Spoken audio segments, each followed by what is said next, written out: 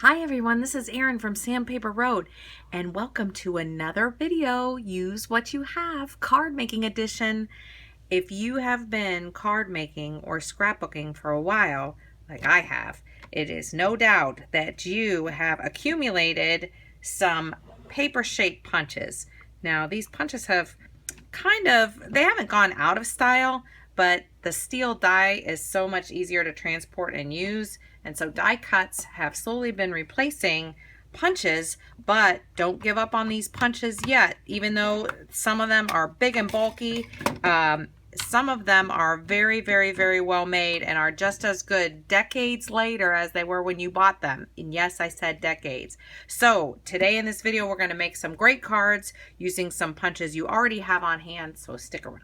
All the projects that I'm using today, I am using paper packs that I have made for myself out of my scraps. And I usually cut them to about 6x6 pieces of paper and then panels for cards. And I get my color palettes from Pinterest and put them all together. And then it gives me a fresh start even with my scraps, and I don't have to think as much. I'm also going to be using mainly leaf punches. I'm going to start with leaf punches and just show you lots of different ideas. I'm not going to necessarily make a bunch of cards for you, but I will make one or two and just show you how I created them with punches, all punches. So first, I always start with just the basics and punching always upside down so I could see the pattern through the punch. Now this is just a leaf punch. I know we're still in the fall season. Leaves can be used all year round. Don't forget to use them behind flowers and behind, just lots of different things for decoration. This is a Spellbinders die, and I cut a little frame. It doesn't have to be the scalloped. It was just what I had nearby. And I'm going to make a little Christmas wreath with the leaves. And even though they're not quote unquote Christmas leaves, you can make them look Christmassy or holiday, however you want them to look. If you just see them as a shape, that is a leaf shape. And this was how my wreath turned out. I thought that turned out great. Lots of just those pieces of paper you just saw. And then I used another little circle punch, a tiny circle punch, and some glossy accents for the berries. And that was just layering the leaves, literally. Now with that same leaf punch, then I made this. It was like a little bit more of a simple card. I made like a tree, and I did use a different kind of a tree punch. This was really hard to punch. I'm going to say it's kind of heavy and hard to squeeze, but I did want to put those punches in the back just to give the look of, hey, this is the tree I made in the front, because sometimes it's hard to tell. And this card I really liked. This is a great punch. I think it's by EK Success. I did not realize, though, at the time that it only punches. Let me try to show you. It punches a partial punch. And I did not know this. I thought I was doing something wrong. See how it only punches it partially the way through? It's beautiful, but I thought I was not doing it hard enough. So I messed up a little bit and I almost threw the card out, and I'm so glad I didn't. As a matter of fact, that bottom was just, I cut off about 1.25 inches from the bottom and then used some double-sided adhesive and burnished the glitter in to the adhesive, punching some snowflakes for the inside. This is a look at I put a piece of white cardstock on top of like a double-sided adhesive, that super tacky tape. Or you could make a tape sandwich and punch out the snowflakes and then have glittery snowflakes. That's how I did the inside. Once I had the snowflake punch out, then I continued just to use it. I love this card. I punched a circle right there out of the side of the front, then put a piece of vellum and then another piece of cardstock. So I had a vellum sandwich. And then I could decorate on top of the vellum with snowflakes and snowflake punches. Isn't that beautiful? I love that. So many things you could do with punches. Now this is just, look at the button punch with some gold metallic paper. So there's a dragonfly punch and the same leaf punch, heart punch with just some metallic paper. There's more. This one's a little bit less dimensional. And I started with an embossing folder. And look, that's steam from a coffee punch or a cup. There's more of the buttons. Those are actually, I think, just scraps I had on my table from other projects, and I just put them all together. This one, I added a little bit more dimension and some paint spatter and some ribbon, but you can exactly see what I did. Leaves, hearts, buttons, stars, paint spatter, rectangles. You can totally do that. You can totally do that. Look, this one I punched the leaf out, but then used the negative space. This is like a little, I don't know what it is, like sticks or just decoration. I love that because imagine that in different colors for different seasons and different occasions. It's like just a little accent and adds some texture. That by far is my favorite card. And it's starting with this punch. And I suppose you could punch it just a few. I wanted it to go a little farther than the punch actually did. Let me just show you how it looks. So it only punches a few, and I didn't like that look. So I took my scissors and just trimmed around to get the actual edge.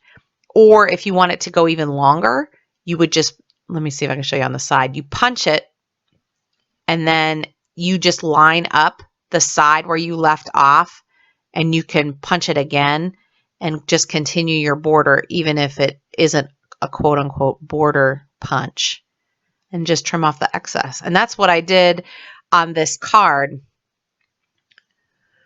here, just right at the bottom. I just kept it going. Look, rectangles. Oh, that's an embossing folder with some distress oxide, but literally just rectangles and leaf punches.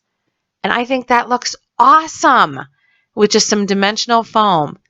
Now this one is less dimensional. It's a circle punch with leaves. And I think that looks great. More distress oxide there to keep that look going. This one, I used just circles, just literally a plain old circle punch that I had. I really wanted to use this wine glass accent that I found. And I thought, well, maybe I can make some grapes. So just use other punches and markers to accent the grapes. And speaking of punches, this was a great punch. And so I'm mid-card here, and I just used some just different sizes. There's lots of different kinds and different sizes of circles, and punched a snowflake out of one of the red ones in the middle, distress oxide to stamp the joy, an embossing folder once I got my basic panel done. But it still needed a little something. So I wanted to bring up the idea to you about not forgetting to use different papers with your punches, because I just sometimes use when it just needs a little something and I don't know what. Sometimes book pages will do it. So I have a book I keep on hand where I can just punch out different things or rip some or tear some, kind of in the same way you would use washi tape as an accent. But it's just a book page, and that way you don't need an extra stamp, you don't need extra anything, just a couple pages.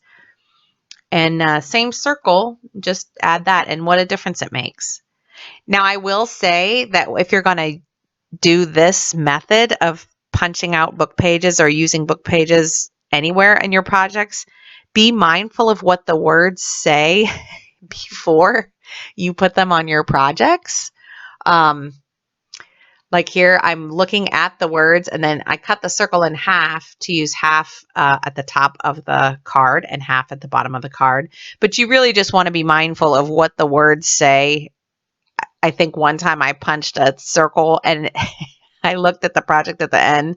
I was like, oh, that card looks great. And I realized that on the page it said like fried chicken or just something random, So just be mindful of what it is that you're putting on there. And then I used some distress oxide to blend that out and make it look a little bit more like it belonged on the rest of the card. And as I was doing that, I realized, oh yeah, the round blender is also a circle, and that helped just kind of blend the whole look together. I really like that. I like the way that looked. Nice and simple way to use my circle punch. I am slightly addicted to enamel accents right now, and I'm especially the I think it's called watering can, the Wendy Vecchi enamel accents. They are outstanding, and I'm just so addicted to them right now. So I have been putting them on everything. They dry really neat. This I almost didn't put in the video, I do have to say, but I really wanted to make like a poinsettia flower with punches. And I knew there was a way I could do it, but I had to show you all of my attempts getting to this point. Now, first, I had like some kind of a basic flower punch and I thought, oh, I could put them all together, but I didn't like the middle. I couldn't figure out how to do the middle. Like that's enamel dots dragged with a toothpick. I thought, yeah, that doesn't really look like what I'm trying to do. And then I thought, well, maybe I'll make it like a little retro boho poinsettia flower, whatever. And I thought I'd use star punches and put them together, but that did not look good at all. It to me looked like a firework gone wrong or something. And then I thought, oh, I'll do squares and punch the corners, but that didn't look good at all. I mean, not at all. And then I thought I was being all brilliant and I had a little foot punch, like from a baby kit or something. And I sure did try to punch feet and make it look like a poinsettia flower. There's the punch. And I thought, this is ridiculous. I just need to try a little bit harder and think of what a poinsettia actually looks like.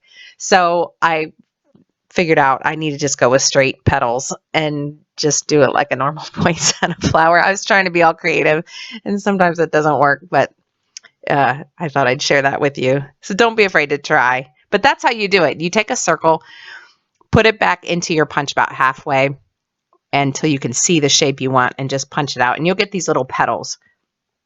And then you can arrange them. Now, I do like to take a circle and just some kind of circle punch. And that way I have like an anchor, something to glue the petals to. And you should also be mindful, which I learned, that for each layer of the flower, stick with the same petals. I mean, I know that sounds obvious, but sometimes you forget when you're just going and going and going quick. And you just glue them down to the circle. As I was gluing, I was like, now wait, this isn't a daisy, so I have to just be mindful of how the flower looks. And I kept trying to see the flower in my mind. This is where I was like, oh, I used a smaller circle with a bigger circle, and so I got this wonky looking flower here. But then you flip it over, and then you do the same thing, petals on top. Now, again, this one that I'm gluing right now is just for the video to show you how the construction is made. And I will show you how it looks at the end here. For the center, all I did was take some Spectrum Noir markers in a variety of warm yellows and oranges and just scribbled a little bit on some white cardstock. And then I found this little circle that I had that for the anchor for the petals was just a little bit too big. So I found one a little bit smaller, or I suppose I could have used, I have like an office hole punch, like an office supply punch that I could have used too. And then that would have been for the middle of my flower. My flower kept coming apart because it was still wet from the glue, and you're really supposed to just let it sit and dry all the way. But that's the idea of how you make the poinsettia flower, not with feet punches, for heaven's sake.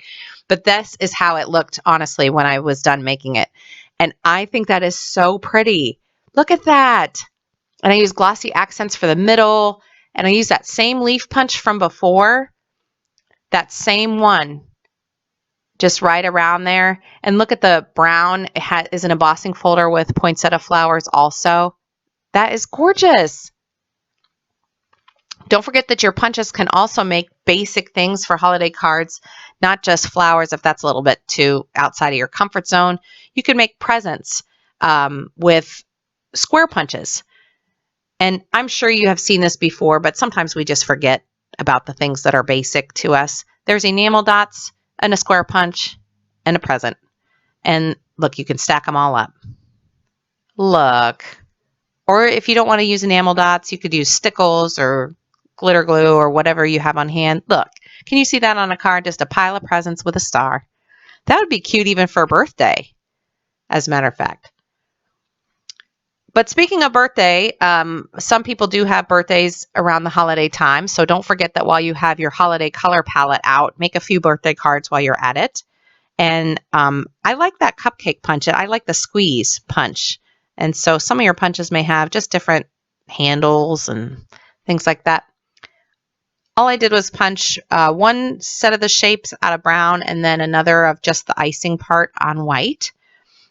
This is a really quick and easy way to make a cute, cute accent for a card or even a scrapbook page, actually.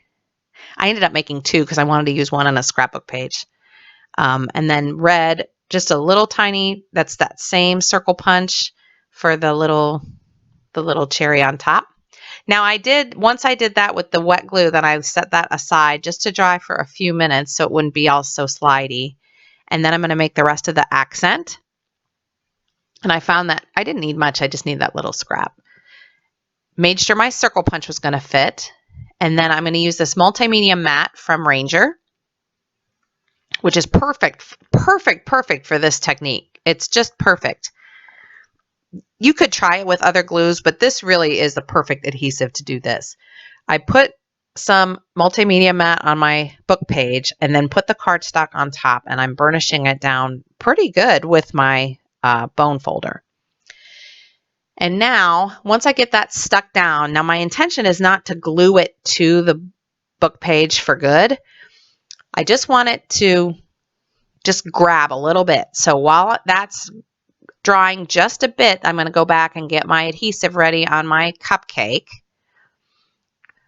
And that's just long enough to let it sit. And then when I pull that back, look, it left a little bit of book page residue. That is exactly what I was going for because I didn't want a whole book page on there, but just enough to hint at the thought of a book page.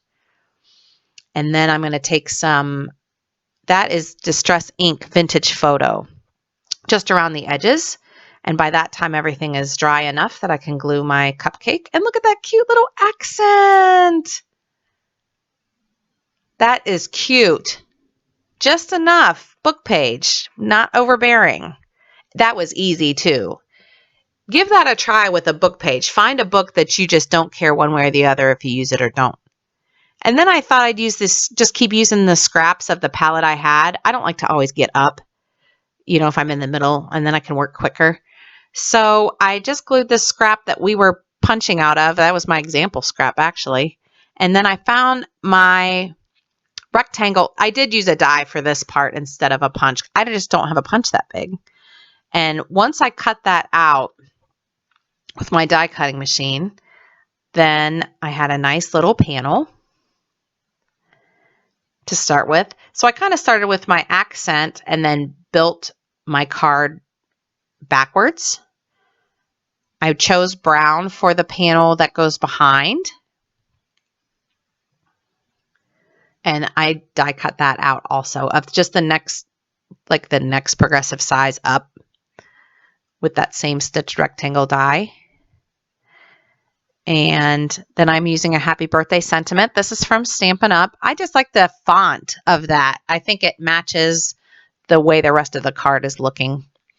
And at first I was going to do it on red, and then I thought, yeah, that's going to be a lot of red on red on red. And I thought, not for the sentiment. I want to do, it just needs to be a different color. So I chose brown, and I'm going to use Versamark ink. And before I stamp, I rubbed that with just a dryer sheet. Can you believe all the stuff I have? I don't have a anti-static powder tool. And I just don't buy one, and I don't know why. I see them and I think, oh, I'll just use a dryer sheet. And I just always use a dryer sheet. I think the powder tools work. I'm sure they work great. I just never buy one.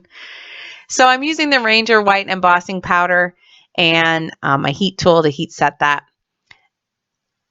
And then now in my dream world, what I wanted to happen was reach for that square punch that I was using before, that Creative Memory square punch. And I wanted to square punch that out. And don't you know that I tried to get the paper to fit, but that sentiment did not fit in that punch. I was not pleased. But then I thought, you know what? It's fine. So I cut it out with my scissors. And I thought sometimes when you can't get it, the angles right, or you can't get a shape to look right, if you use a corner rounder, it looks like it was supposed to be that way. So I did use my corner rounder, and sure enough, that made it look like it was supposed to be that way. Even though I didn't get the edges like perfectly straight or whatever with my scissors. And then I started to assemble my panel before I put it on my card base. And I didn't want it so perfect. I actually wanted it just a little bit off center. And I found some rickrack. That's how I store my ribbons and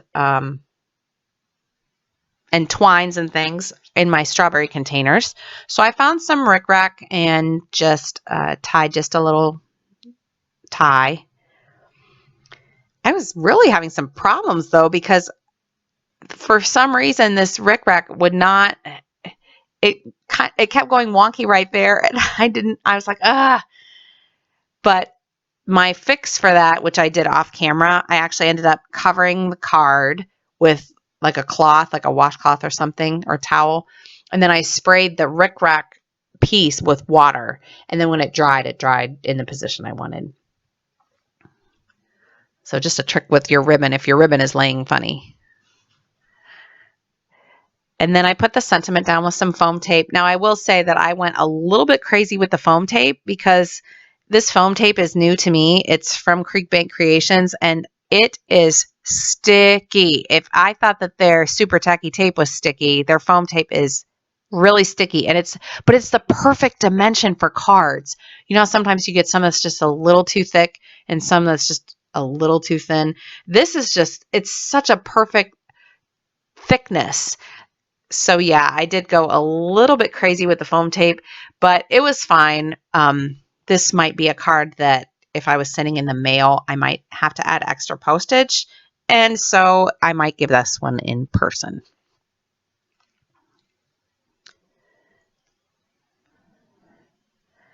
Now I will link to all of these products below in the description box if you're interested in learning where you can find them or learning more about them. And there will be close-ups of all these cards available on my blog. I did add, it looked a little bit plain once I got it onto the card base, so I went back with some vintage photo distress ink, not oxide ink because I didn't have it in oxide, just this is regular ink. And that could be done. That could be done enough, honestly, but I really just wanted to add something else. So I found back the punched out red leaves that were punched out of that. And I thought, well, that would be kind of nice just to add a little bit of interest, not necessarily something else on the card, but just to add it back on the red surface. And it would just make it interesting and fill in that blank looking gap without taking away from the design of the card. And I like doing that because then you can hang the leaves off the edge, which you can't do when you like emboss an image or something like that. And I had some liquid glue that I couldn't wipe up, so I just sprinkled some glitter because I thought, well, that'll just draw your attention down just a little bit to the leaf right there. And I was trying so hard to not use dots, but I couldn't help myself. So once I made the enamel dot on the cherry, I sure did have to go back in and add a few more dots. But those will dry clear, so it's not the enamel dots like the dark ones that I was using in another project. These will dry clear, so it won't take away from the color. And see that wonky part? That's before I fixed it with the water. To me, it still just didn't look finished.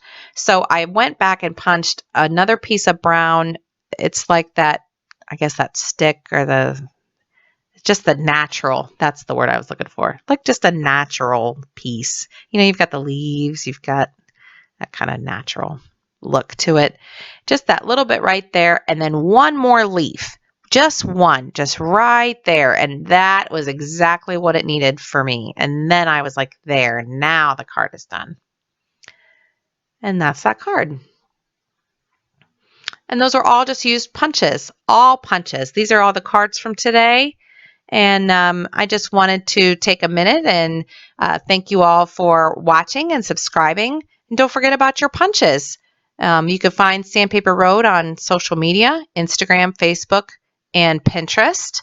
And make sure to like and subscribe to the channel for lots more creative ideas to use what you have.